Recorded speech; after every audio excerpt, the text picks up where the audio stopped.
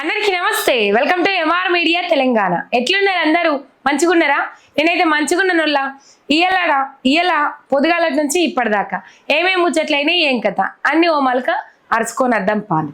Right, sarpanch ఎన్నికలకు ఈ వారం రోజులలో నోటిఫికేషన్ విడుదల చేస్తామని చెప్పేసి ప్రకటించింది మంత్రి శ్రీతక్క. రైట్, వారం రోజులల్లో సర్పంచ్ ఎన్నికలకు వాళ్ళు నోటిఫికేషన్ విడుదల చేస్తారట ఈ వారం రోజులల్లా. రైట్, జూలైలో కూడా స్థానిక సంస్థల ఎన్నికలు నిర్వహిస్తామని చెప్పేసి పొంగిలేటి శ్రీనివాసరెడ్డి చెప్పిండ్రు. ఇప్పటికే ఆలస్యం అయింది. స్థానిక సంస్థల ఎన్నికలు ఎప్పుడు నిర్వహిస్తారు అని చెప్పేసి అందరు ఎదురు చూస్తూ ఉన్నారు. పోయిన ఫిబ్రవరి 4వ తారీఖు నాడు సర్పంచ్ల పదవి కాలం అయిపోయింది. దాదాపు ఏడాది మీద ఇవి 12 నెలలు.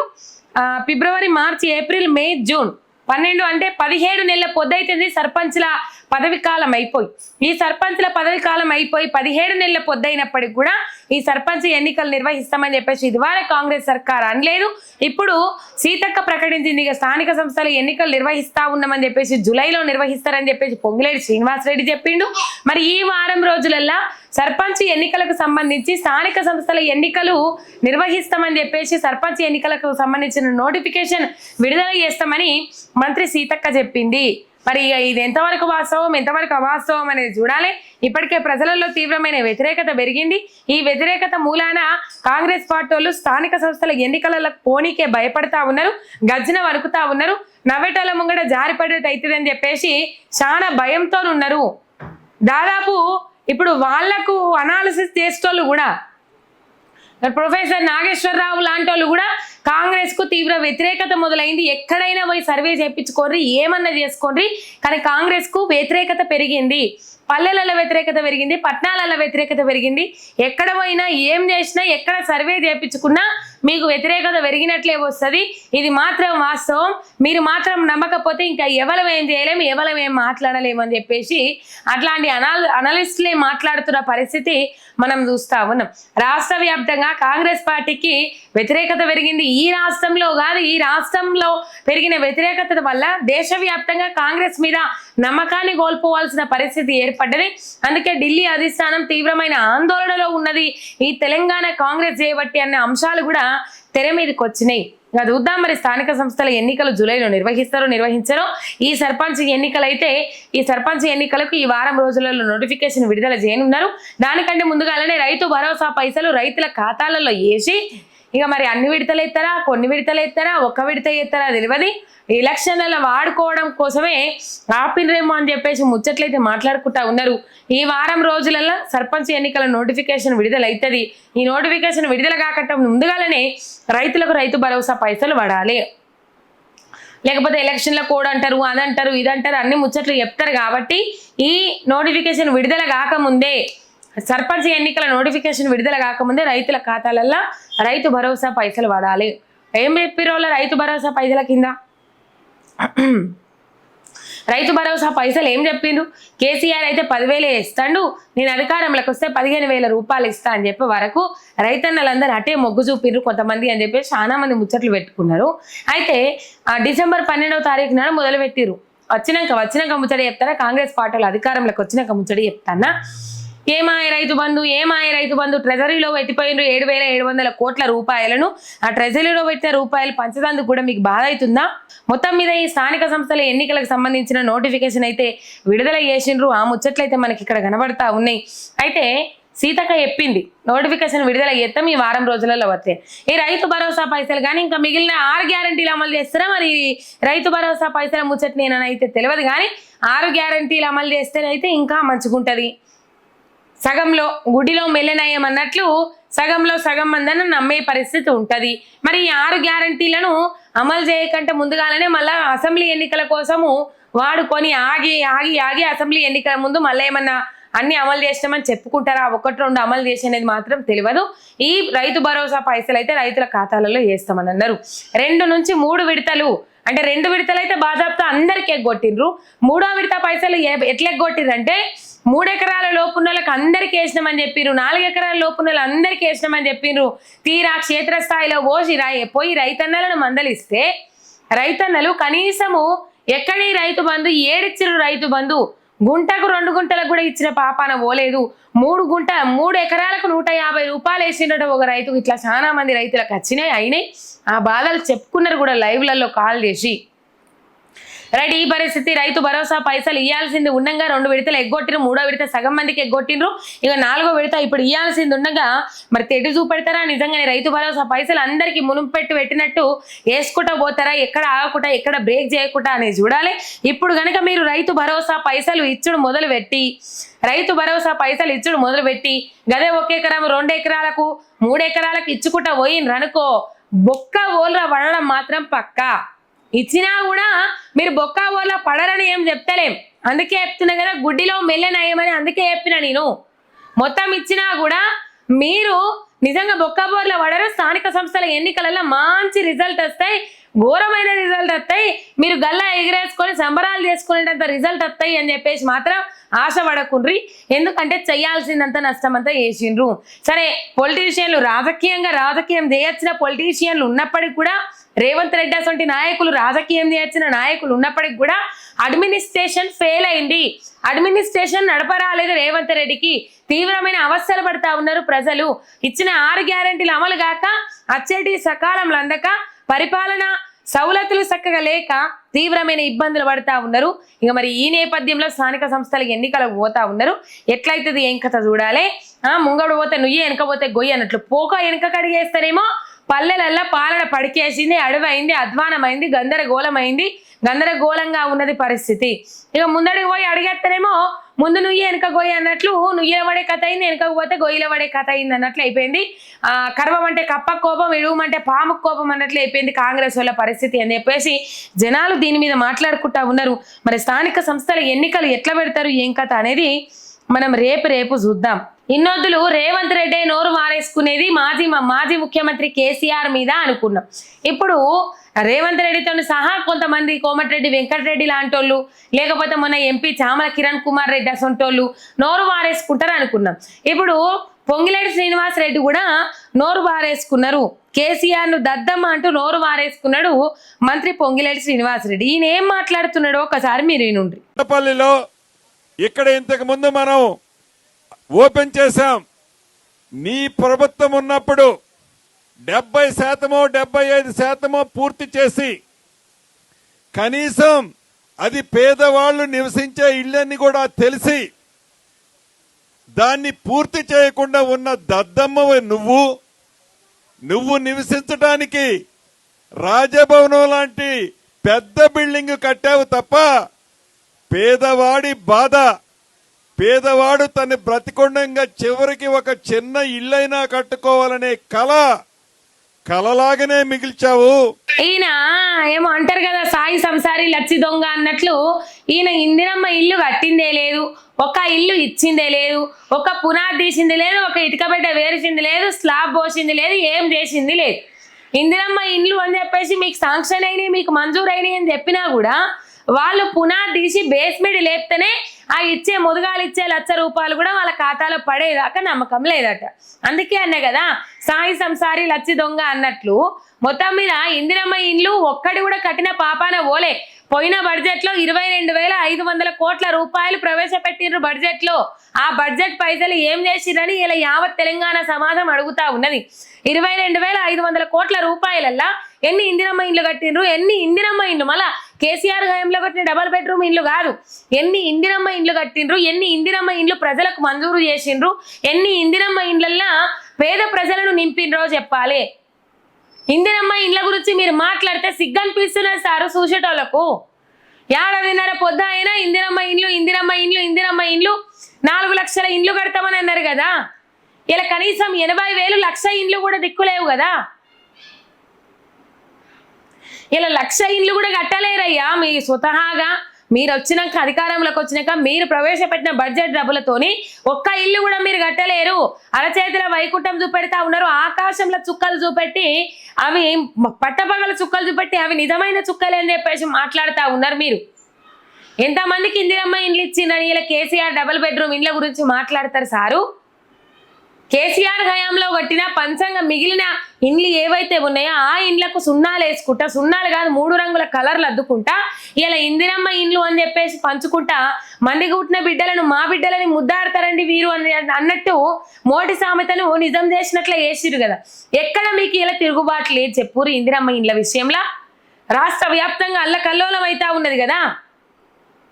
మొన్నెవలో బీఆర్ఎస్ మొన్నెవలో కాంగ్రెస్ పార్టీ మండల అధ్యక్షులు కర్రముఖం దానని తిట్టిందంటే దూషించిందంటే ఒక మహిళను ఇందిరమ్మ ఇల్లు కోసం పోతే నువ్వేమైనా పైసలు కట్టినావా అని చెప్పేసి లచ్చలు లచ్చలు దొబ్బుకొని లచ్చలు లచ్చలు అద్దేసుకొని జేబులు వేసుకొని కాంగ్రెస్ పార్టీ నాయకులు ఇలా ఇందిరమ్మ ఇల్లు ఇవ్వకుండా ముఖం చాటేసిరట. కాంగ్రెస్ పార్టీ నాయకులు ఇందిరమ్మ ఇల్లు ఇవ్వకుండా ముఖం చాటేసిరట. ఏమాయ సారు లిస్ట్లో పేరు రాలేదంటే నువ్వేమైనా పైసలు కట్టావా, నీకు ఇల్లు ఇచ్చేదానికి ఏ పాటి పైసలు కట్టినావు, ఏ పాటి నిలదీస్తున్నావు, ఏమో లావు నిలుగుతున్నావు అని చెప్పేసి మాట్లాడుతూ ఉన్నారట. మరి వాళ్ళ ఇంట్లోకి వెళ్ళి ఇచ్చింది కాదు, వాళ్ళ జేబులకి వెళ్ళి పైసలు పెట్టి కట్టించినవి కాదు, ప్రజల సొమ్మే కదా మీరు వంచేది. మనకు ఆ స్టేషన్ కనుపూర్ కడియం శ్రీహరి నియోజకవర్గంలో కాళ్ళు ఏళ్ళు వాడి మొక్కినా కూడా ఆయన సామాజిక వర్గానికి చెందిన వాళ్ళకు, ఆయన ఎంబడి తిరిగిన చెంచాగాళ్లకు, ఆయన ఎంబడి తిరిగిన అనుచరులకే ఇందిరమ్మ ఇండ్లు ఇచ్చిరట. అసలైన పేదలకు అసలైన లబ్ధిదారులకు పేరు వచ్చినా కూడా ఆ పేరును ఖాతరు చేయకుండా ఆ పేరు పక్కకు వాడేసిరట. మీ చక్కదనాల పాలనలా ఇంకా నిరుపేదలందరికీ గల్లిపొండ పోతే ఈ అమ్మ వార్తలు చదువుతుందని చెప్పేసి ఎవరికన్నా తెలిస్తే గల్లిపొండ పోతే ఇతడాటి నా బిడ్డ ఇందిరమ్మ ఇండ్లు అని చెప్పేసి నానమ్మల అమ్మమ్మల వయసు ఉన్న వాళ్ళందరూ అడుగుతా ఉన్నారు. ఏమో అమ్మ ఆయన ఇచ్చేది ఎప్పుడో మనకు తెలియదు, ఏమో ఇత్తుర్రట ముచ్చటిన నిలబడుతుంది ఇంకా ఏడ కట్టలేదు అని చెప్పేసి ఇట్లాంటి సమాధానం చెప్పాల్సిన అవసరం ఏర్పడ్డది. ఇది ఆశపడ్డ నోట్ల మన్ను పోసినట్టు ఇలా తెలంగాణలో ఉన్న పేదలు ఇందిరమ్మ ఇండ్లు డబుల్ బెడ్రూమ్ ఇండ్లలో చోటు దక్కనోళ్ళు ఇందిరమ్మ ఇండ్లైన ఇండ్లు ఇస్తారేమని చెప్పేసి ఎదురు చూస్తే అసలైన పేదలను పక్కకు పెట్టి నిరుపేదలను పక్కకు పెట్టి ఇండ్లు లేని నిరుపేదలను పక్కకు పెట్టి గుడిసెలున్నా వాళ్ళ గుడిసెలలో బతుకుతున్నా ఇయ్యల్లా కదా.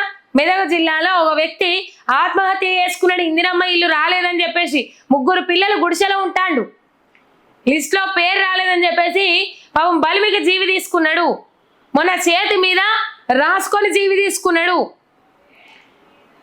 నా చావుకు కారణం ఇందిరమ్మ ఇల్లు రాకపోవడమే అని చెప్పేసి ఇవన్నీ ఉండగా కూడా మీరు కేసీఆర్ హయాంలో కేసీఆర్ ఉండేందుకు పెద్ద ఇల్లు కట్టుకున్నాడు కానీ పేదలకు ఒక చిన్న ఇల్లు కట్టిస్తామని చెప్పేసి మాట్లాడలేదు.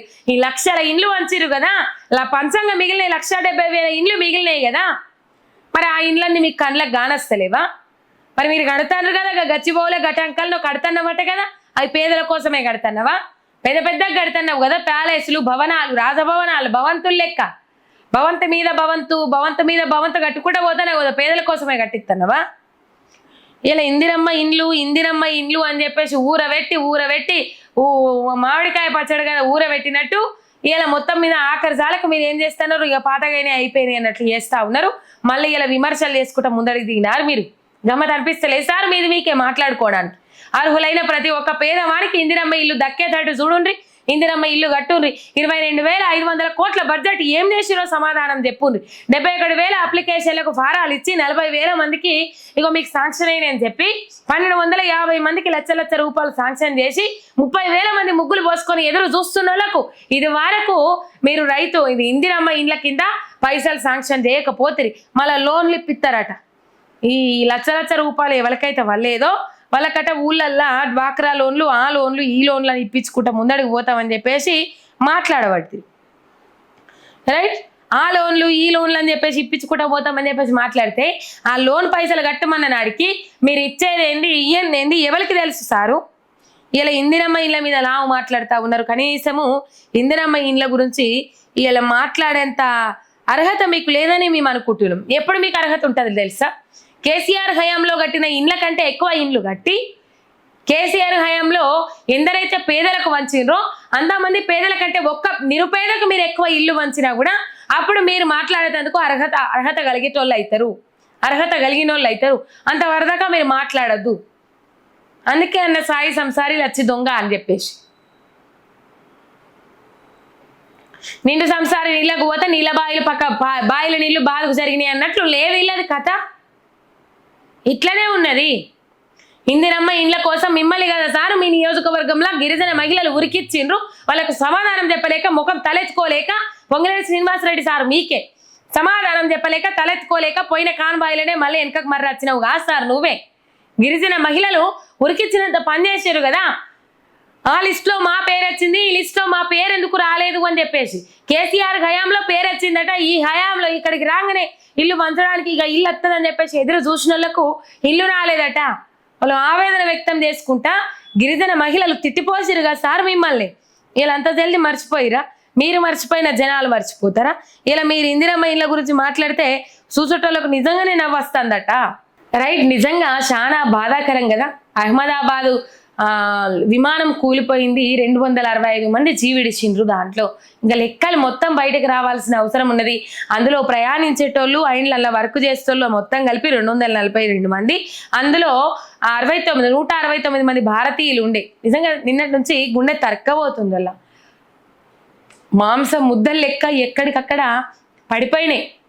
అరే ఏందిరా ఈ బతుకు అనిపించింది ఒక క్షణం. గిదిని కోసం ఆరా పాకులాడేది, గిదిని కోసం ఆరా తండ్లాట, గిదిని కోసం ఆరా లొల్లులు కొట్లాటలు పంచాయితీలు అనిపించింది తెలుసా. నిమిషాల వ్యవధిలోనే ఏం జరుగుతుందో అర్థం కాకుండా నిజంగా కళ్ళలో నీళ్ళొస్తున్నాయి ఆ ఘటన తలుసుకుంటే. నిజంగా చాలా బాధాకరం. లేనిది ఉన్నయి పుట్టించుడు, లేని ఎక్కిచ్చుడు, ఉన్నయి లేనట్టు క్రియేట్ చేసుడు, లేని ఉన్నట్టు క్రియేట్ చేసుడు. వాని గెలికితే మంచుకుంటుందా, వీని గెలికితే మంచుకుంటుందా, వాని తిడితే మంచుకుంటుందా, వానికి పుల్లలు పెట్టిస్తే మంచుకుంటుందా. గిసొంటి సమాజంలో బతుకుతున్నాం. గిసొంటి చూసన్నా ఈ విమాన ప్రమాదం, నిన్న జరిగిన విమాన ప్రమాదం చూసన్నా జర కొద్ది మందిలో సోయెత్తే మంచుకుంటది, జర కొద్ది మందిలో మార్పు వస్తే మంచుకుంటది. నీ గర్వం, నీ పొగరు, నీ అందం అన్నీ బూడిదల్లో కలిసిపోతాయి క్షణాలల్లో. ఎట్లా కలిసిపోతాయో తెలియదు, మృత్యు ఎక్కడి నుంచి వెంటాడుతుందో తెలియదు. ఇసొంటి దానికి ఇలా నాది నాది అనుకుంటా, ఇది నీది అనుకుంటా, ఇది నాది అనుకుంటా, నిందలేసుకుంటా, పరాయులను ఇబ్బంది పెట్టుకుంటా, అవహేళన చేసుకుంటా వాళ్ళ మాన ప్రాణాలు తీసేటట్టు మాట్లాడుకుంటా ఇలా ఎంతగానం బరిదగించి బతుకుతున్నారో చూస్తానం సమాజంలో. అట్లాంటి వాళ్ళు మారాలి. ఎదుటోని మీద నిందలేసుకుంటా, కాలం గడుపుకుంటా, పబ్బం ఎల్ల తీసుకుంటా బతికేటోళ్ళు ఇట్లాంటి సంఘటనలు చూసన్నా కొంచెమన్నా మార్పు తెచ్చుకోవాలి, సోయి తెచ్చుకోవాలి, ఇంగిత జ్ఞానం రావాలి. అందరికి కాదు, కొందరికి. నిజంగా చాలా బాధ అనిపించింది వాళ్ళ. చాలా అంటే చాలా బాధ. యావత్తు ప్రపంచం కంటదడి పెట్టే సిచ్యువేషన్. ఒక్కొక్కరు అయితే ఒక్కొక్క కుటుంబాలు తుడిచిపెట్టుకొని పోయినాయి. లండన్లో సెటిల్ అయిదామని ప్రయాణిస్తున్న ఓ కుటుంబం మొత్తం తుడిచిపెట్టుకొని పోయింది. 3 చిన్నపిల్లలతో సహా భార్యాభర్తలు. ఏం జరుగుతుందో అర్థం కాకుండా నిమిషాల వ్యవధిలో ఇప్పటి వరకు కనీసము ఏం జరిగింది, ఆ ఫ్లైట్ ఎట్లా కూలింది అనేది కూడా తెలియదు. ఇక బ్లాక్ బాక్స్ ఏదైతే ఉన్నదో ఆ బ్లాక్ బాక్స్ తీసుకున్నారు. ఇప్పటికీ బ్లాక్ బాక్స్ తీసుకొని దగ్గర పెట్టుకున్నారు. ఇక మరి పూర్తి వివరాలు రావాల్సిన అవసరం ఉన్నది. ఎట్లా కూలింది, ఏం కథ, బూడిదనొల్ల ఏమీ మిగలలే. చాలా బాధ అనిపించింది. రైట్, ఇక ఆదిలాబాద్ బీజేపీ టౌన్ అధ్యక్షుడిని రక్తం వచ్చేలా కొట్టిన బీజేపీ ఎమ్మెల్యే పాయల్ శంకర్ తనయుడు పాయల్ శరత్ అని చెప్పేసి ఏందో మరి బీజేపీ వాళ్ళకో ఏందో. టౌన్ అధ్యక్షుడు ఆయన బీజేపీ టౌన్ అధ్యక్షుడట, ఈయన పాయల్ శంకర్ కొడుకు బీజేపీనే పాయల్ శంకర్. మరి పొరక కొట్టిండట, ఎందుకు కొట్టిండే ఇంకా తెలియదు. ఆదిలాబాద్ బీజేపీ పార్టీలో బయటపడిన వర్గ విభేదాలు, ఆదిలాబాద్ ఎమ్మెల్యేగా గెలిచిన అనంతరం గెలుపు కోసం కష్టపడిన కార్యకర్తపై చేయి చేసుకున్న పాయల్ శంకర్ తనయుడు పాయల్ శరత్ అధికార క్యాంప్ ఆఫీసులోనే టౌన్ అధ్యక్షుడు గణరత్ మహేందర్ పై క్రూరంగా దాడి చేసిన పాయల్ శరత్ అని చెప్పేసి ఇక్కడ వార్త. తిన్నింటి వాసాలు లెక్క పెట్టుడు, లేకపోతే ఏమో అంటారు కదా తెడ్డు చూపెట్టుడు, కర్రు కాల్చి వాత పెట్టుడు. ఎన్నికలలో గెలవడం కోసము ఆ పోరాటం చేసిన టౌన్ అధ్యక్షుని మీదనే ఎలా చేసుకున్నారట. ఇప్పటికే బీజేపీ గ్రాఫ్ మొత్తం డౌన్ అయిపోతా ఉన్నది, పతనం అయిపోతా ఉన్నది. తెలంగాణ రాష్ట్రంలో ఎందుకు పతనం అయిపోతా ఉన్నదంటే అధికార పార్టీ కాంగ్రెస్ ను నిలదీయట్లేదు. ఎక్కడా కూడా ఒక్కరు ఇద్దరు తప్ప మిగతా వాళ్ళందరూ ఎక్కడ కూడా నిలదీయట్లేదు, ఎక్కడ కూడా మాట్లాడట్లేదు. ఒకవేళ మాట్లాడినా నిలదీసినా రేవంత్ రెడ్డిని తిట్టాల్సిన అవసరం లేదు, కాంగ్రెస్ వాళ్ళని తిట్టాల్సిన అవసరం లేదని చెప్పేసి బీజేపీ నాయకుల రిటర్న్ వాళ్ళకు ఫోన్ చేసి మరీ తిడుతున్నారట. ఎవరైతే కాంగ్రెస్ నాయకులను తిడతా ఉన్నారో ఈ పరిస్థితి అయితే చూస్తా ఉన్నాం. ఇప్పటికే కాంగ్రెస్ పార్టీలో లెక్కనే బీజేపీ పార్టీలో కూడా వర్గ భేదాలు ఉన్నాయి, విభేదాలు ఉన్నాయి, అంతర్గత కుమ్ములాటలు ఉన్నాయి. ఈటెల రాజేందర్ విషయంలోనే బయటపడ్డది. ఈటెల రాజేందర్ను జగ్గారెడ్డి పొట్టు తిట్టినా కూడా ఈటెల రాజేందర్ను జగ్గారెడ్డి ఎందుకు తిట్టిందంటే రేవంత్ రెడ్డిని ఈటెల రాజేందర్ తిట్టిండు, పాలన మంచిగా లేదని. అవు బాధాప్త తిడతారు, కానీ ఈటెల రాజేందర్ని ఎందుకు తిడుతున్నారు అని చెప్పేసి ఒక్కరు కూడా మాట్లాడలే బీజేపీ నాయకులు. ఇది పరిస్థితి. అవు వాస్తవమే, ఈటెల రాజేందర్ అన్న మాట్లాడిన ముచ్చట్లు వాస్తవమే. ఇలా రేవంత్ రెడ్డి పాలన సక్కదనం లేదు, సక్కంగా లేదు, గందుకే తిడుతున్నాడు అని చెప్పేసి ఏ ఒక్క బీజేపీ నాయకుడు కూడా మాట్లాడలే. దాన్ని బట్టి అర్థమైంది అంతర్గత కుమ్ములాటలున్నాయి బీజేపీ పార్టీలో. మొత్తం మీద ఏదైతే రాష్ట్ర అధ్యక్షుని కోసం కుమ్ములాటలు అయితే ఉన్నాయి, కొట్లాటలు అయితే ఉన్నాయి, వర్గాలు ఉన్నాయి, విభేదాలు ఉన్నాయి అనేది అప్పుడే అర్థమైంది. ఇట్లాంటి ముచ్చట్లు బయటపడ్డప్పుడు ఇంకా ఎక్కువగా విభేదాలు ఉన్నట్లు తెలుస్తా ఉన్నది. రైట్, కాంగ్రెస్ ఎమ్మెల్యేలను తరిమి కొడతా ఉన్నారు జనాలు ఎక్కడికక్కడ. ఇలా పాలకుర్తిలో యశస్విని రెడ్డి అండ్ ఝాన్సీ రెడ్డి, యశస్విని రెడ్డి అండ్ ఝాన్సీ రెడ్డి అత్తాగోడలని ఇద్దరిని పాలకుర్తి నియోజకవర్గంలో ఎక్కడికి పోతే అక్కడ వ్యతిరేకత తెలుపుతా ఉన్నారు. ప్రజలు ఎక్కడ పోతే అక్కడ నిరసన వ్యక్తం చేస్తా ఉన్నారు.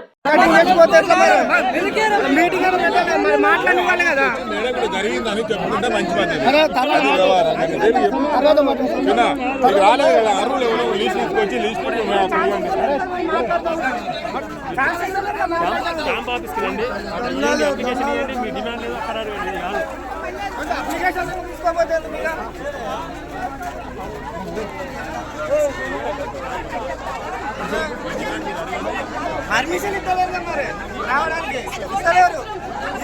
ఈ బాధలు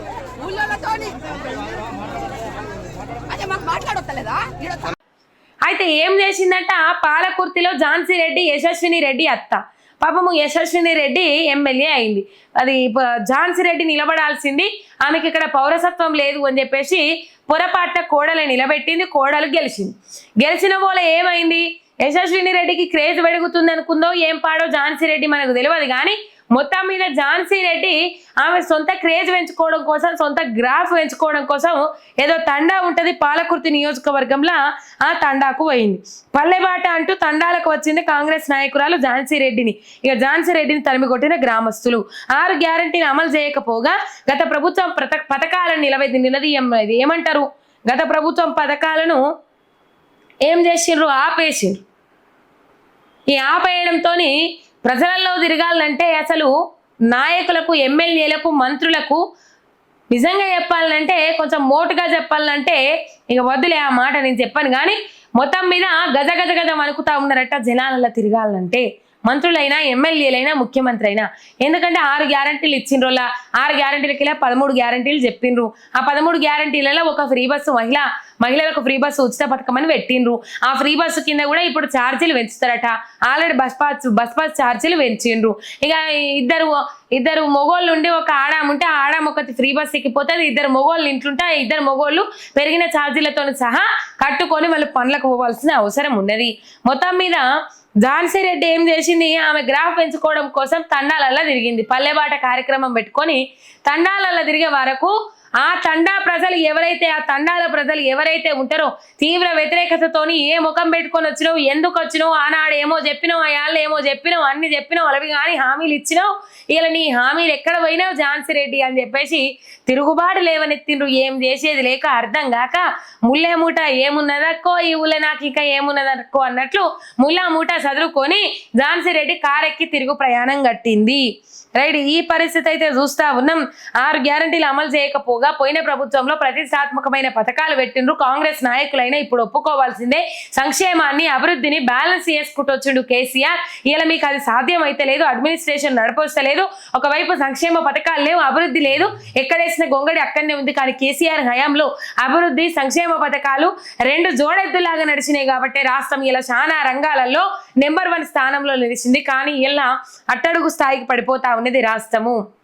జిఎస్డిపి, జిడిపి, జిఎస్టి ఇట్లాంటి వాటిలలో దిగజారిపోతా ఉన్నది కిందికి రాష్ట్రము, ఆగమైతా ఉన్నది కిందికి రాష్ట్రము. ఇలా నడపొస్తలేదు అడ్మినిస్ట్రేషన్, నడపకపోగా ప్రజలలో తీవ్రమైన వ్యతిరేకత ఉన్నది. మళ్ళీ ప్రజల మీదనే రివర్స్ గేరేసి మాట్లాడుతూ ఉన్నారు వీళ్ళు. అందుకని ఇలా పాలకుర్తి నియోజకవర్గంలో అత్తా కోడలను ఉరికిచ్చిరని చెప్పుకోవాలి. ఇందిరమ్మ ఇండ్ల విషయంలో కొంచెం రసబస అవుతా ఉన్నది, రైతు భరోసా విషయంలో కొంచెం రసబస అవుతా ఉన్నది. ఆ రుణమాఫీ కొంతమంది చేసిండ్రు, చేయనోళ్ళకు చెయ్యనే లేదు. అట్లా కొంతమంది అయినోళ్ళు ఆనందంగా ఉన్నారు, కానోళ్ళు మొత్తం గుర్రు మీద ఉన్నారు. వస్తే గల్లా బట్టి అరే బాబు వానికి ఎందుకు చేసినావు నాకెందుకు చేయలేదురా అని చెప్పేసి గల్లా బట్టి నిలదీసేంత కోపం మీద ఉన్నారు తెలంగాణ ప్రజలు. ఇలా అందుకనే ప్రజలలో తిరగలేకపోతా ఉన్నారు.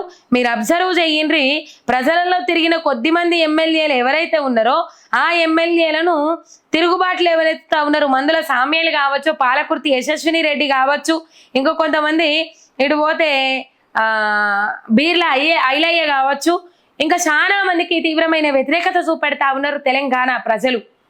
వీళ్ళు పాపం వీళ్ళని అననికి లేదు, కొద్దో గొప్ప మంది ప్రజలలో తిరుగుతూ ఉన్నారు 5-6. ఈ తిరిగిన వాళ్ళను కూడా ప్రజలు విడిచిపెట్టట్లేదు, ఉన్నోళ్ళు అక్కడ ఉన్నారు.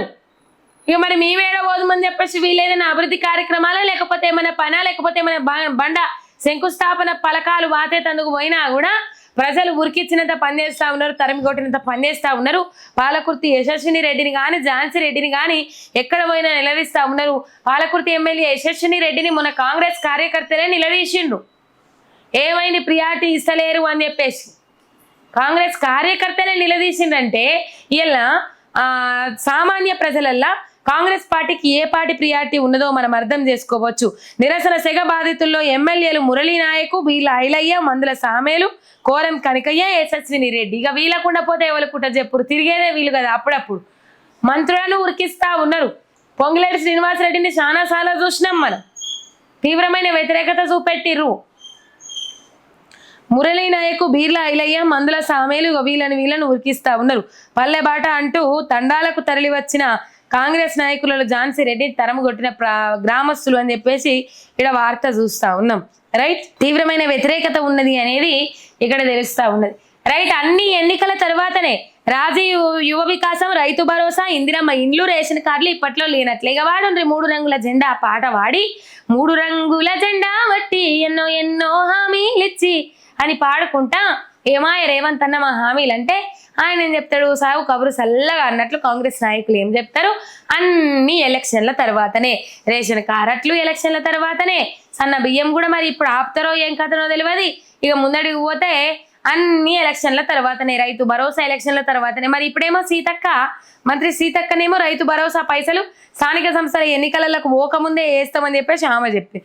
ఎన్నికల ప్రచారం కోసం మండలానికి ఒక ఇందిరమ్మ ఇల్లు పూర్తి చేయాలని ఆదేశాలు, ఒక్క అడుగు కూడా ముందుకు కదలని కొత్త రేషన్ కార్డుల ప్రక్రియ, ఎన్నికల నేపథ్యంలో వచ్చే 2 నెలలు మొదటి తారీఖునే పింఛన్లు ఇవ్వాలని నిర్ణయం. ఇస్తారు ఇప్పుడు, అప్పుడేమో 2 నెలల పింఛన్ మింగినరు, ఇప్పుడు 1 తారీఖు కంటే ముందుగానే ఇవ్వాలి. ఎందుకంటే ఇప్పుడు ఊళ్ళల్లో పెన్షన్దారులు ఎక్కువ ఉంటారు, ఊళ్ళల్లో ఆసరా పెన్షన్లు తీసుకునేటోళ్ళు ముసలవ్వలు కానీ ఎక్కువగా ఉంటారు. రైతు భరోసా తీసుకునేది రైతన్నలే, రైతులు ఎక్కువగా ఉంటారు. ఈ రెండింటి మీద దృష్టి పెడితే మనం ఇలా స్థానిక సంస్థల ఎన్నికలలో గట్టెక్కినట్టే అనుకుంటున్నారు, కానీ నిజంగా తీవ్రమైన వ్యతిరేకత ఉన్నది తెలంగాణ పల్లెలలో రేవంత్ రెడ్డి సర్కార్కి. ఇది వాస్తవం, ఇది వాజిబ్ ముచ్చట. ఏ నలుగురు కూడినా ఇదే ముచ్చట మాట్లాడుకుంటా ఉన్నారు. ఆఖరికి అది ఏ కాంగ్రెస్ పాలన మంచిగుంది అని చెప్పేసి ఆ నలుగురిట్లలో ఒక్కరు వాదించినా కూడా ఆ ఒక్కరు కూడా ఏం పాలన పాడుపడ్డది అని చెప్పేసి చెప్పుకునే కథ ఏంది ఎలా. ఈ పరిస్థితి చూస్తా ఉన్నాం. త్వరలో రానున్న స్థానిక సంస్థల నోటిఫికేషన్, స్థానిక సంస్థల ఎన్నికల కోసం నోటిఫికేషన్ విడుదల చేస్తారట. ఇంకా నోటిఫికేషన్ నేపథ్యంలో రైతు భరోసా ఇప్పుడే వేయాలి, ఆసరా పెన్షన్లు కూడా ఇప్పుడే వేయాలని చెప్పేసి ఆలోచన చేస్తూ ఉన్నారట. మొత్తం మీద ఆ పరిస్థితి అయితే చూస్తా ఉన్నాం. రైట్, ఏం చేసిండ్రు, గద్దర్ అవార్డు అని పెట్టుకున్నారు. గద్దర్ TGFA నుంచి గద్దర్ అవార్డులు, అవి మూవీలో ఇచ్చే అవార్డులు. అయితే ఇందులో పుష్పకు అవార్డు ఇవ్వడం వెనుక చాలా అభ్యంతరాలు లేవనెత్తిండ్రు. ఉత్తమ నటుడిగా పుష్పకు, అల్లు అర్జున్కు అవార్డు ఇవ్వడం వెనుక చాలా అభ్యంతరాలు లేవనెత్తిర్రు. ఏం మాట్లాడింది సీతక్క అన్నాడు, అదేం సినిమా, ఇలా చెట్లను నరికేస్తట్టు చూపెడతా ఉన్నారు, మొత్తం స్మగ్లింగ్ చూపెడతా ఉన్నారు అని చెప్పేసి ఆనాడు మాట్లాడి. అంటే పుండు వేసేది మేమే, ఆ పుండు మీద మందు రాసేది మేమే అన్నట్లుగా ఈ గద్దర్ అవార్డులు ప్రకటించుకున్నారు. ఆ గద్దర్ అవార్డులు ఇచ్చిరు. ముందుగానేమో ఇక ఇట్లా ఇచ్చుకుర్రు ఆ గద్దర్ అవార్డులు. మీకు కనబడుతుందో కనబడతలేదో నాకు తెలియదు, కానీ మొత్తం మీద అయితే చూపెడుతున్నా, నేను పక్కకే ఇస్తా. ముందుగానేమో ఇట్లా ఇచ్చిండ్రు. తీవ్రమైన విమర్శలు వచ్చినాయి. ఈ విమర్శలు వచ్చిన తర్వాత ఇగో మళ్ళీ గద్దర్ ఫోటో పెట్టి ఇట్లా విడుదల చేసిండ్రు.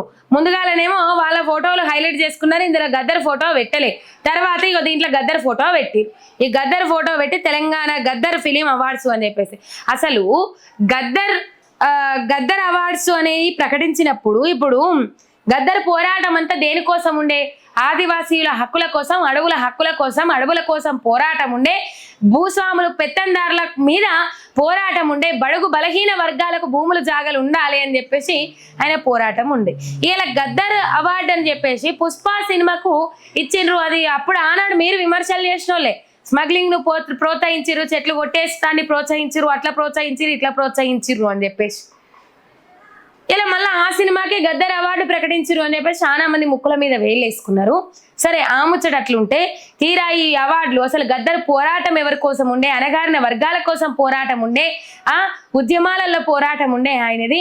ఇలాగా సినిమాలలో గద్దర్ అవన్నీ పెట్టడం ఏంది? గద్దర్ అవార్డ్స్ అని చెప్పడం ఏమున్నది?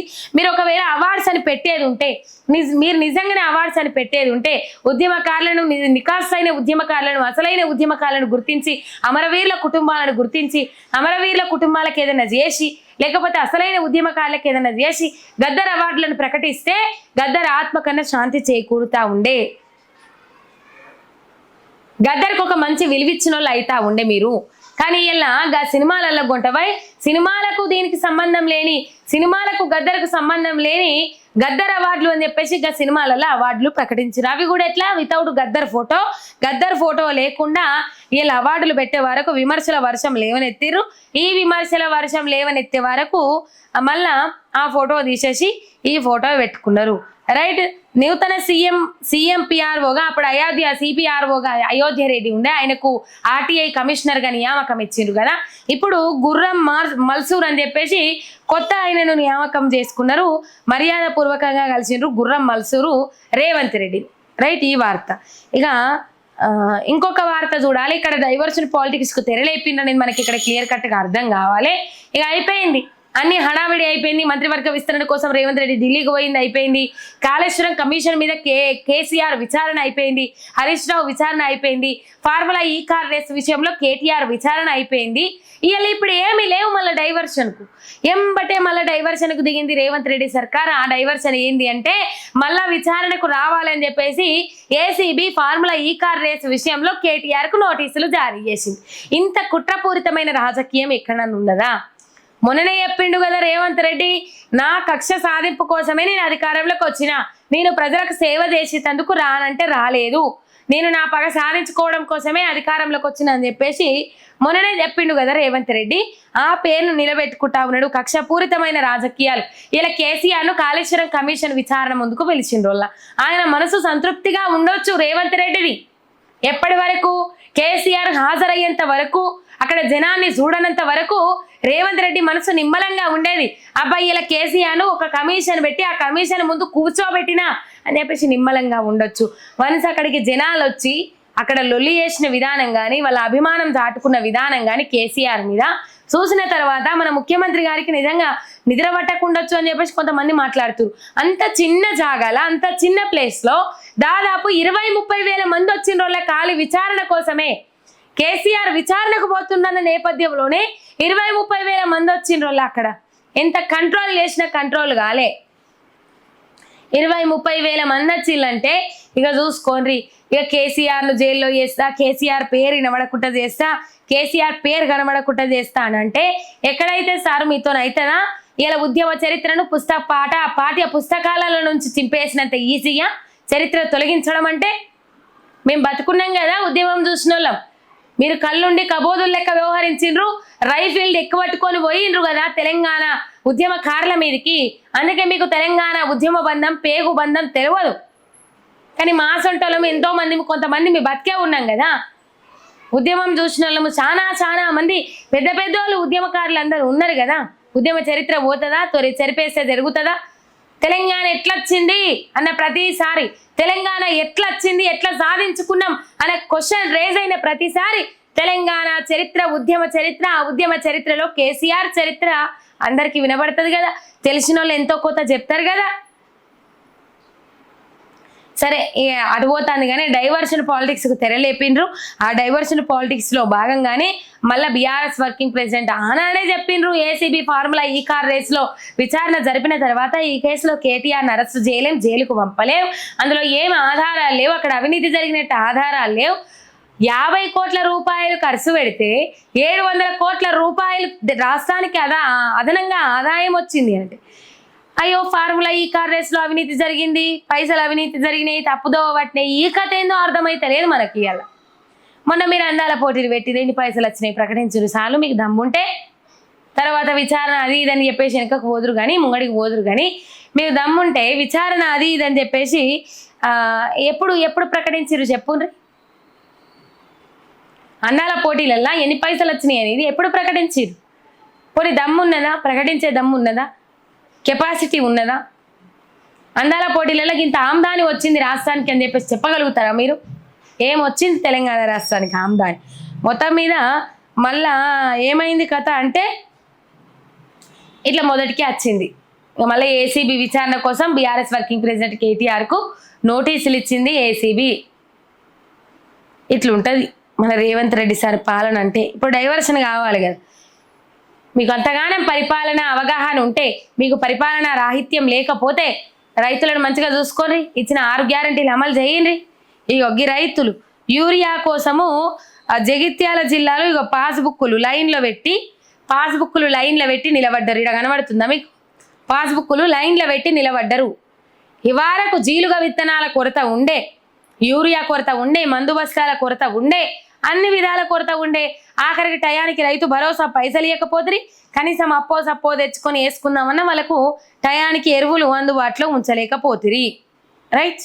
అత్తాగోడలు మాయ మాటలు చెప్పడం మానేయండి. ఎమ్మెల్యే యశస్విని రెడ్డి ఆమె అత్త ఝాన్సీ రెడ్డిని తిరగబడ్డ పాలకుర్తి నియోజకవర్గం ప్రజలు మీటింగ్ ఆపేసి పోలీస్ ప్రొటెక్షన్ తో పారిపోయిన యశస్విని రెడ్డి, ఝాన్సీ రెడ్డి మహబూబాబాద్ జిల్లా తొర్రూరు మండలం ఫతేపూర్ గ్రామంలో పల్లెబాట కార్యక్రమం నిర్వహించిన యశస్విని రెడ్డి, ఝాన్సీ రెడ్డి అని చెప్పేసి మీటింగ్ మధ్యలోనే ఇచ్చిపెట్టి పోలీస్ ప్రొటెక్షన్ పెట్టుకొని జనాల తిరుగుబాటుకు సమాధానం ఏం చెప్పాలనో అర్థం కాక వాళ్ళు కారెక్కి తుర్రుమని వేయండు. తుర్రుపిట్ట బుర్రుమన్నది పడబట్టింటి కాపురం చెయ్యనన్నది అన్నట్లు తుర్రుపిట్ట బుర్రుమన్నది పాలన చెయ్యేదాకా పారిపోయింది అన్నట్లు అయిపోయింది కథ.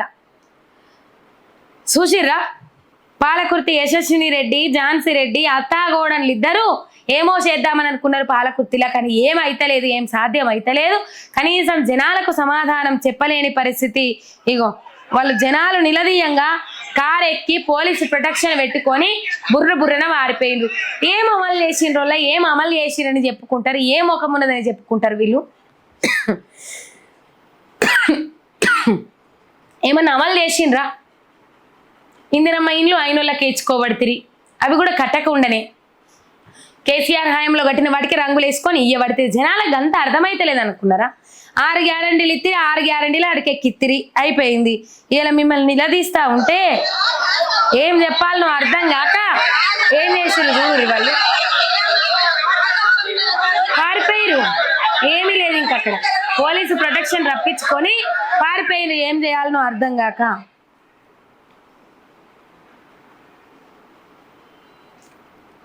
రైట్. ఈ వార్త ఇక్కడ చూస్తా ఉన్నాం, ఈ వార్త కనబడతా ఉన్నది. ఇందిరమ్మ ఇళ్లకు ఇసుకను ఉచితంగా పంపిణీ చేస్తారట. ఎవరైతే పునాదులు లేపుతారో వాళ్ళు ఇసుకకు అప్లికేషన్లు పెట్టుకున్నట. మరి దానికి ఇల్లే అయిపోతుందో తిరిగే వరకు, ఇక మరి ఏమవుతుందో ఏం కథనో తెలియదు. రైట్. ఇక మరి రాష్ట్రంలో అనుముల రేవంత్ రెడ్డి వారి పాలన నడుస్తా ఉన్నది, కుటుంబ పాలన నడుస్తా ఉన్నది. సారీ, మొన్న కేసీఆర్ ఒక రాష్ట్రానికి 10 ఏళ్ళు ముఖ్యమంత్రిగా చేసిండ్రు. ఒక రాష్ట్రాన్ని సాధించిన వ్యక్తి, ఒక ఉద్యమాన్ని ఉధృతంగా ముందడిగి నడిపిన వ్యక్తి, తెలంగాణ ప్రజలందరినీ ఏకతాటి మీదకి తెచ్చి ప్రపంచం మొత్తం వీడి తొంగి చూసేటట్లు చేసిన వ్యక్తి 10 ఏళ్ళు ముఖ్యమంత్రిగా చేసిండ్రు. కనీసం ప్రోటోకాల్ ప్రకారము కనీసము రక్షణ కల్పించలేకపోయినరు. అంటే కనీసం ఒక ఎస్కార్ట్ను కూడా నియమించలేకపోయినరు వాళ్ళు. కనీసం ఒక పోలీసు బందోబస్తును కూడా ఏర్పాటు చేయలేకపోయింది. ఇలా తిరుపతి రెడ్డి, అనుముల రేవంత్ రెడ్డి వాళ్ళన్నా అనుముల తిరుపతి రెడ్డి ఇలా ఏదో కార్యక్రమానికి పోతే పోలీస్ ప్రొటెక్షన్ ఇచ్చి ఒక ముఖ్యమంత్రికి ఉండే ప్రోటోకాల్ పాటించుకుంటాం. మరి దీని మీద ఎవరు అధిష్టానం దృష్టికి తీసుకొని పోతలేరా ఏంది? ఏం కథ అర్థమైతేలే.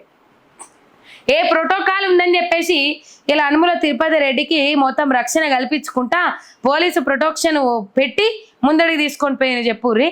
కనీసం వార్డు మెంబర్గా కూడా కాదు రేవంత్ రెడ్డి సోదరుడు తిరుపతి రెడ్డికి పోలీసు బందోబస్తు ఏర్పాటు చేసింది ప్రభుత్వ భూమికి పూజ చేపిస్తున్న ఆ సందర్భంగా తిరుపతి రెడ్డికి పోలీసు బందోబస్తు ఏర్పాటు చేస్తారు. వీళ్ళు ఎందుకు ఏర్పాటు చేయరు? అదే నడుస్తా ఉన్నది కదా. ఇలా కుటుంబ పాలన అంటే ఏకంగా మల్కాజ్గిరికి ఈటల రాజేందర్ను పక్కకు జరిపి ఆ కొండల్ రెడ్డి ఎంపీ అయిందని ప్రకటించుకున్నారు. మొన్న ఫ్లెక్సీలు బ్యానర్లు కట్టుకున్నారు. మల్కాజ్గిరి ఎంపీ కొండల్ రెడ్డికి జన్మదిన శుభాకాంక్షలు అని చెప్పేసి. మరి ఈటల రాజేందర్ అన్న ఏందో అర్థం కాలే. ఈడ అనుముల వారి కుటుంబ పాలన నడుస్తా ఉన్నది రాష్ట్రంలో. ఇలా మళ్ళా పోయిన ప్రభుత్వంలో కుటుంబ పాలన అని చెప్పేసి వీళ్ళందరూ జానారెడ్డి ఇంట్లో జైవీర్ రెడ్డి, రఘువీర్ రెడ్డి, ఉత్తమ్ కుమార్ రెడ్డి ఇంట్లో ఉత్తమ్ కుమార్ రెడ్డి భార్య పద్మ, ఆమె ఉత్తమ్ కుమార్ రెడ్డి భార్య. ఇటు పోతే గడ్డం వివేక్ వెంకటస్వామి వాళ్ళ ఇంట్లో గడ్డం వంశీ ఎంపీ, ఆయన ఇప్పుడు మంత్రి, ఎమ్మెల్యే కమ్ మంత్రి. ఇంకా పోతే చెప్పుకుంటూ పోతే మళ్ళీ వీళ్ళని కుటుంబ పాలన అన్నది. ఇది కుటుంబ పాలన కాదు. వాళ్ళు కుటుంబ సభ్యులు కానే కాదు. వాళ్ళు ఒక కుటుంబానికి చెందిన వాళ్ళు ఎట్లయితారు? వాళ్ళు కానే కాదు అనద్దు అట్లా. బట్టి విక్రమార్కనేమో ఆర్థిక శాఖ మంత్రి, డిప్యూటీ సీఎం, మల్లురావేమో ఎంపీ. ఇక వీళ్ళు కుటుంబ సభ్యులు కాదు, వీళ్ళది కుటుంబ పాలన అనద్దు. ఇలా ఎంత గమ్మతైపోయింది కథ అంటే, సరే కుటుంబ పాలన ముచ్చట పక్కకు పెట్టుండ్రి. ఎటువంటి ప్రోటోకాల్ లేని తిరుపతి రెడ్డికి ఒక ముఖ్యమంత్రి లెవెల్లో, ఒక మంత్రి లెవెల్లో ప్రోటోకాల్ ఇచ్చి ఎట్లా తీసుకొని పోతా ఉన్నారు అనేది ఇక్కడ ప్రశ్న. ఎట్లా తీసుకొని పోతారు? దేనికి నిలబడ్డాడు ఆయన? ఎట్లా గెలిచిండు ఆయన? వికారాబాద్ జిల్లాను అమలుకి అరుచుకుంటుండట. వికారాబాద్ జిల్లాకు రాష్ట్రానికి అంతటికి ముఖ్యమంత్రి రేవంత్ రెడ్డి అయితే, వికారాబాద్ జిల్లాకు రేవంత్ రెడ్డి కాకుండా అనుముల తిరుపతి రెడ్డి అట ముఖ్యమంత్రి. సరే రాష్ట్రంలో ముఖ్యమంత్రిగా ఉండి రాష్ట్రానికి రేవంత్ రెడ్డి చేసింది ఏమీ లేదు. కానీ ఇలా రాష్ట్ర వ్యాప్తంగా ముఖ్యమంత్రి రేవంత్ రెడ్డి అయితే వికారాబాద్ జిల్లాకు అనుముల తిరుపతి రెడ్డి అట. వీళ్ళని ఆడిందే ఆట, పాడిందే పాట. మొన్న చెప్తా ఉన్నారు కదా కొంతమంది పట్టుబడ్డోళ్ళు రెడ్డి హెడ్గా. ఇక మళ్ళీ అధికారంలోకి వస్తాం రామో, మళ్ళీ ఎన్నికలలో నిలబడతామో లేమో, ఉన్నప్పుడే చదువుకోవాలి, ఉన్నప్పుడే గోజ ఎదుర్కొంటే మంచుకుంటుంది, ఉన్నప్పుడే భోజ ఎదుర్కొంటే మంచుకుంటుంది, నింపుకుంటే మంచుకుంటుంది అని చెప్పేసి అలా అట్లున్నది. ఏం ప్రోటోకాల్ ఉన్నదోళ్ళ ఇలా చెప్పుండ్రి. ఏం ప్రోటోకాల్ ఉన్నదని వీళ్ళు అడ్జేస్తా ఉన్నారు చెప్పుండ్రి తిరుపతి రెడ్డికి. కాన్వాయిలు, ఆ కాన్వాయిల మీద హైకోర్టు ధర్మాసనాలే మొట్టికాయలు వేస్తా ఉన్నా కూడా కనీసం శరణం వస్తలేదు, వీళ్ళలో మార్పు వస్తలేదు, కనీసం సమాధానం కూడా చెప్తలేరు. ఇక రేవంత్ రెడ్డిని అధిష్టానం దూరం పెడతా ఉన్నదనేది అర్థమైతా ఉన్నది. ఎందుకంటే ఏ విషయంలోనైనా రేవంత్ రెడ్డిని పిలుస్తలేరు, రేవంత్ రెడ్డితో మంతనాలు జరుపుతలేరు, రేవంత్ రెడ్డితో మాట్లాడతలేరు. ఏ విషయమైనా సీనియర్ మంత్రులతోని జరుపుతా ఉన్నారు. అది మనం ఆల్రెడీ ఎక్స్ప్లెయినర్ చేసినాం. రేవంత్ రెడ్డిని దూరం పెడతా ఉన్నది అధిష్టానం అని చెప్పేసి. రైట్, కొమ్మినేని శ్రీనివాస్ను అరెస్టు చేసిండ్రు కదా. శ్రీనివాసరావును సీనియర్ జర్నలిస్ట్ అయిన కొమ్మినేని శ్రీనివాసరావు అయితే ఒక ఇంటర్వ్యూ సందర్భంగా కొన్ని పరుష పదజాలం వాడిర్రు అని చెప్పేసి అయితే ఆయన నవ్విండట. దీని ఇప్పుడు కొమ్మినేని శ్రీనివాసరావు అనే జర్నలిస్టు నవ్విండట. అంతే, ఎదుట ఆయన ఏదో కృష్ణంరాజు ఎవరు ఉన్నారు కదా, ఆయన అన్న మాటలకు నవ్విండట, ఈయన ఖండించలేదట. కాకపోతే వీళ్ళు చేయాల్సిన పని ఏంటంటే ఆ పదం తప్పు. మహిళలు ఎవరైనా మహిళలే, వాళ్ళని గౌరవించుకోవడం మన సాంప్రదాయం. స్త్రీమూర్తిని కొలవబడుతున్న దేశం భారతదేశం కాబట్టి ఏ పేరుకే చెప్పుకుంటాం కొలవబడుతున్న దేశం అని. కానీ మొత్తం మీద ఎక్కడ పోతే అక్కడ మాతృమూర్తుల మీద అఘాయిత్యాలు జరుగుతూ ఉన్నాయి. ఓ కళ్ళు మూసుకపోయిన కామాంధ్రుడు 90 ఏళ్ల వృద్ధ మహిళ మీద రంగారెడ్డి జిల్లాలో ఇలా దాదాపు అఘాయిత్యానికి పాల్పడ్డాడు. దుర్మార్గుడు, నీచుడు, నికృష్టుడు. వాడి చేతులకు జట్టలు ఉట్ట, వాడి చెదలొచ్చి కొట్టుకపోను అని చెప్పి శాపిస్తా ఉన్నది దునియా మొత్తం. కనీసం అర్ధరాత్రి వచ్చి 12 గంటలకు డోరు కొట్టి లేపి ముసలమ్మ మీద అఘాయిత్యం చేసిండట. వాని దొంగలు కొట్ట అని చెప్పేసి శాపిస్తా ఉన్నారు అందరు. కనీసం తిరుగుబాటు చేయలేని నిస్సహాయ స్థితిలో ఉన్నదా అమ్మ. మొత్తము పాపము తెల్లార వరకు దీన స్థితిలో పడిపోయి ఉంటే, ఆ మడుగులో పడిపోయి ఉంటే పాపము చుట్టుపక్కల వాళ్ళు వీళ్ళు చూసి స్థానికులు పోలీసులకు సమాచారం ఇస్తే అప్పుడు ఇన్వెస్టిగేషన్ స్టార్ట్ చేసిరట. ఆ దొంగ పడివేగాడు ఎవడో తెలియదు, యువకుడట. మళ్ళా 28, 29 ఏళ్ళ యువకుడట. ఆ దొంగలు కొట్టుకపోనని చెప్పి స్థాపిస్తా ఉన్నారు, తిట్టిపోస్తా ఉన్నారు. మహిళలకు రక్షణ లేదు అని చెప్పడానికే నేను ముచ్చట చెప్పిన. అయితే ఆ విషయం అక్కడ కొమ్మినేని శ్రీనివాసరావు కానీ ఆ కృష్ణంరాజు మాట్లాడిందని అప్పటికే వెళ్ళిపోయింది జనాలకు. కడి చేసినా బాగుండు, ట్రిమ్ చేసినా బాగుండు. ఇక అప్పటికే ఇది ఇంత హైప్ రాకపోతుండే. అంటే అప్పుడు ఆ ఇంటర్వ్యూని ఎవరు చూసుండకపోవచ్చు, కానీ టీడీపీ వాళ్ళు దీన్ని హైప్ చేసిర్రు, ఎక్కువగా సోషల్ మీడియాలో వైరల్ చేసిర్రు, సోషల్ మీడియా మాధ్యమాలలో వైరల్ చేసే వరకు కొమ్మినేని శ్రీనివాసరావును అరెస్ట్ చేసిండ్రు. కృష్ణంరాజును కూడా అరెస్ట్ చేస్తామన్నామని చెప్పిండ్రు. అరెస్ట్ చేసిండ్రు, అది లేదా తెలియదు, కానీ మొత్తం మీద అక్కడ వాళ్ళు ఖండించేది ఉండే, లేదు మహిళల పట్ల అట్లా మాట్లాడద్దు మనం, ఇది తప్పు అని చెప్పేసి ఈ మాటకు సారీ అని చెప్పేస్తే అక్కడికే అది ఒడిచిపోతుండే కదా.